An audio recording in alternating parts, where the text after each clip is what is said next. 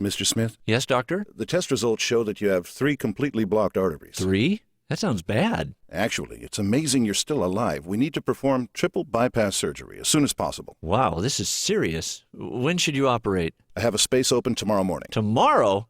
Oh, that's not enough time for me to get in shape. Get in shape, Mr. Smith? Yeah, I don't want to have an operation without being in good health. I need to quit smoking. I don't think you have the time. And drinking. I need to stop drinking. Mr. Smith, you need major surgery. Yeah, I know, but I want to be in good health first. And a haircut. I need to get a haircut. Why would anyone wait until they were in good health before they had life-saving surgery? Many people have this same attitude about going to God. They feel they need to clean up their life first. The problem is, we all have a life-threatening disease called sin, and the only cure is Jesus. Are you trying to be good when you need to turn to Jesus? Another message from LifeLine Productions, the comic strip of radio, at lifelinepro.com.